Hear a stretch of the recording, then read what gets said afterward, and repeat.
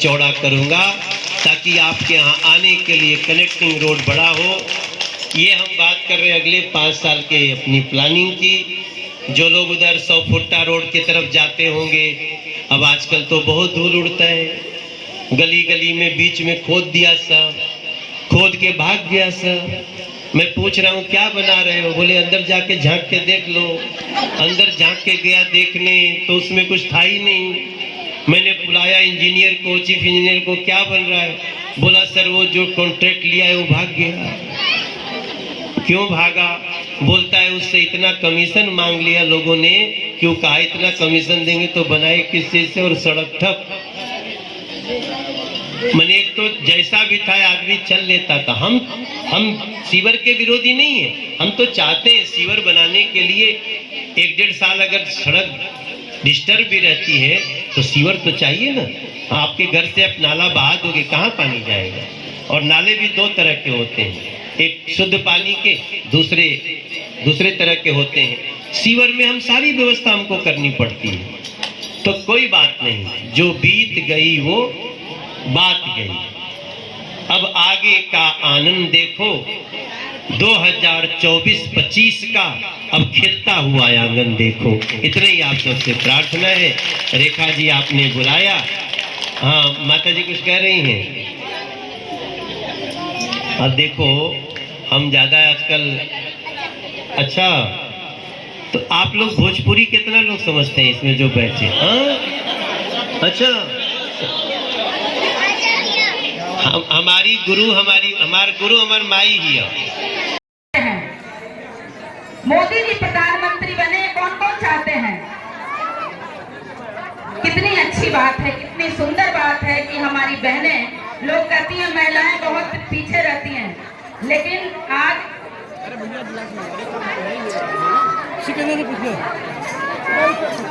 आप एक चीज देखिए कि अभी आंटी जी बता रही हैं कि माता दर्शन भी दी यहाँ पे। तो सोचिए कितना बड़ा कार्य हो रहा है कि हम सभी मोदी जी के लिए प्रार्थना कर रहे हैं कि हमारे देश के प्रधानमंत्री तीसरी बार कौन हो? नरेंद्र मोदी जी। और हमारे उत्तर पूर्वी लोकसभा से चुनाव कौन लड़ रहे हैं? आदरणीय मनोज तिवारी जी, जो कि 2 बार चुनाव आप सभी के दम पे जीते हैं। और तीसरी बार भी कौन जिताएगा? आप सभी मिलकर जिताएंगे ना? आप सभी वोट डालेंगे तो एक बार हाथ उठा करके बोलिए कि हम सभी मनोज तिवारी जी के साथ हैं। बोले मनोज तिवारी जिंदाबाद। अभी आप देखे होंगे कि कुछ ही दिन पहले झड़ौदा पार्ट 2 में कितना बड़ा संकट आया था ना। झड़ौदा पार्ट 2 की बहनें जो यहाँ पे बैठी हुई होंगी, सभी के घर में नोटिस लग गया था कि मकान टूटेगा। एट ए टाइम में मनोज तिवारी जी आकर के आप सभी के घरों में देखने गए। उसके बाद कोर्ट से स्टे लिए कि एक भी मकान हम टूटने नहीं देंगे। तो ऐसे सांसद को ही तो हम सभी चुनेंगे। क्या करेंगे? ऐसे ही सांसद लाना है ना। और देश का प्रधानमंत्री मोदी जी को बनाना है तो सांसद जी को लाना जरूरी है। तो हम कहेंगे अब की बार, तो आप सब कहिएगा 400 पार। अब की बार बहुत सुंदर। और अब की बारी मनोज तिवारी, अब की बारी, और फिर से एक बारी मनोज तिवारी, फिर से एक बारी मनोज तिवारी। आप देखें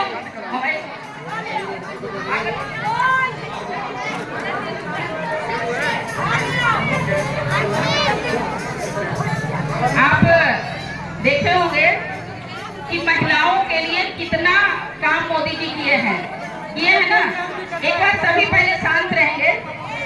अगर किसी ने गांव में महिलाओं के लिए सोचा तो देश के प्रधानमंत्री जी, क्योंकि जब देश के प्रधानमंत्री जी पहली बार लाल किला से झंडा फहराए तो उन्होंने कहा कि जो हमारी माताएं बहनें गांव में हैं उनके लिए सबसे पहले हमें शौचालय बनाना है।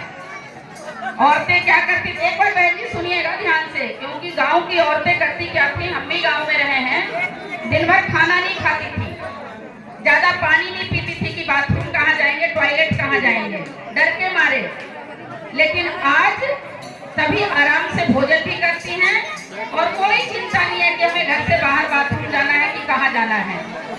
तो ये हमारे मोदी जी की देन है।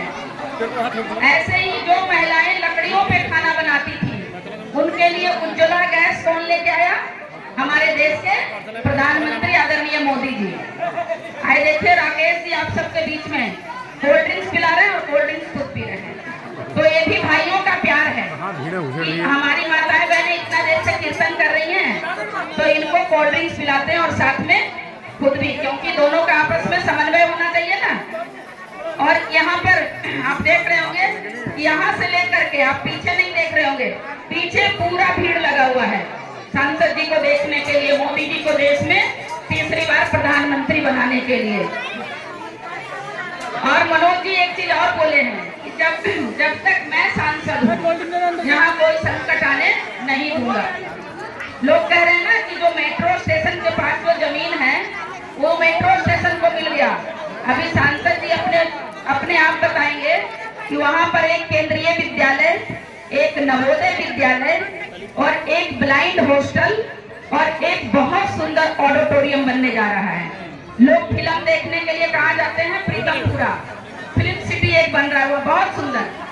तो देर हो रहा है लेकिन काम दुरुस्त हो रहा है। और आप सबके सबसे लाडले भी हैं, आप सभी लोग जानते हैं मनोज तिवारी। अभी मैं वहां पर बात कर रही थी कि मनोज तिवारी को जानते, बोले मनोज तिवारी को वही है ना जो रिंकिया के पापा हैं।